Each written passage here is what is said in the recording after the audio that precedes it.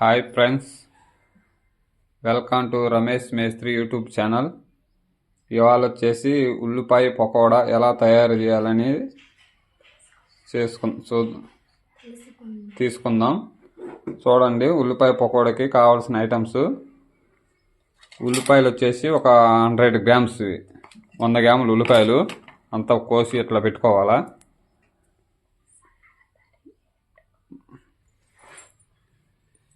Next వచ్చేసి ఒక table spoon అంటే టీ స్పూన్ కారం ఇక ఉల్లిపాయలు వేయాలి ఎట్లా.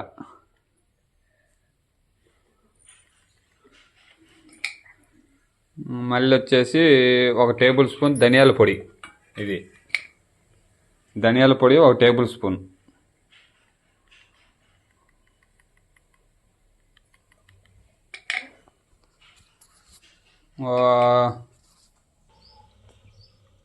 ఒక టేబుల్ స్పూను జీలకర్ర,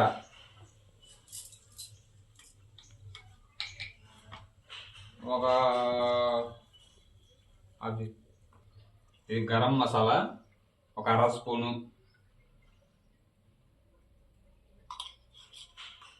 తర్వాత వచ్చేసి వంట సోడా ఇది ఒక 1/2 స్పూను.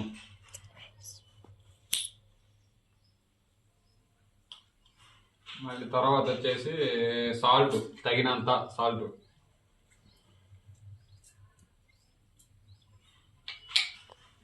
తర్వాత వచ్చేసి పుదీనా, కొత్తిమీర, కరివేపాకు ఒక కప్పు, మొత్తం మిక్సింగ్ 3.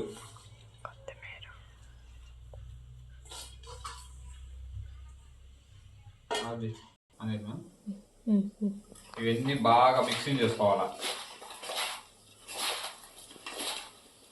మిక్సింగ్ చేసి ఒక అర్ధగంట ఇవన్నీ బాగా నానబెట్టుకోవాలా.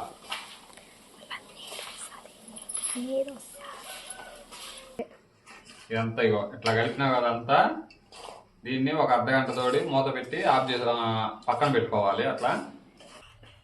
ఓకే ఫ్రెండ్స్, ఇందాక ఒక 1/2 అవర్ పక్కన పెట్టుకున్నాం కదా కలిపి.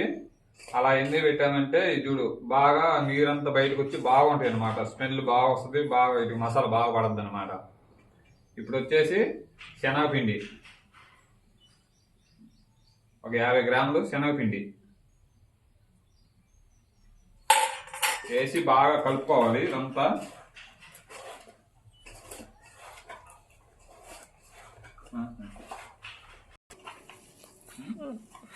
ఇప్పుడు కొద్దిగా నూనె వేసుకోవాలి, ఒక టేబుల్ స్పూన్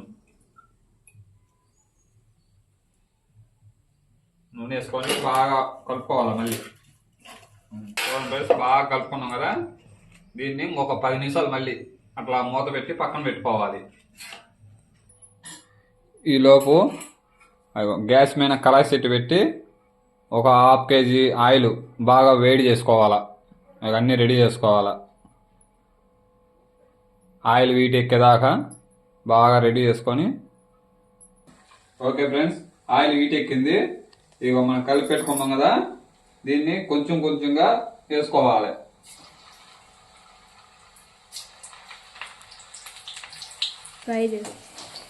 చూడండి ఫ్రెండ్స్, ఇవి కొద్దిగా బ్రౌన్ కలర్ వచ్చేదాకా వేసుకోవాలా బాగా.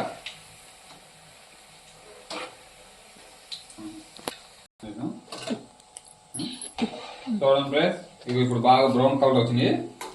తీసేసుకోవాలా. ఎక్కువ మాడితే మళ్ళీ సాఫ్ట్గా ఉండదు అనమాట, మా పలపల అంటే. ఎట్లా ఉంటే బాగుంటాయి, నీట్గా క్రిస్పీగా బాగుంటాయి, టేస్ట్గా. అది చూడండి ఫ్రెండ్స్, పకోడా రెడీ అయిపోయింది. బాగా సాఫ్ట్గా, బాగా టేస్టీగా బాగా వచ్చినాయి. సూపర్ పకోడా. ఇలా ట్రై చేసుకోండి ఫ్రెండ్స్, చాలా బాగుంది నిజంగా.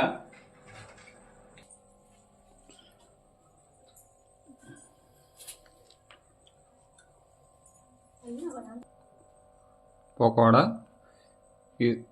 కంప్లీట్ బాగున్నాయి, టేస్టీగా.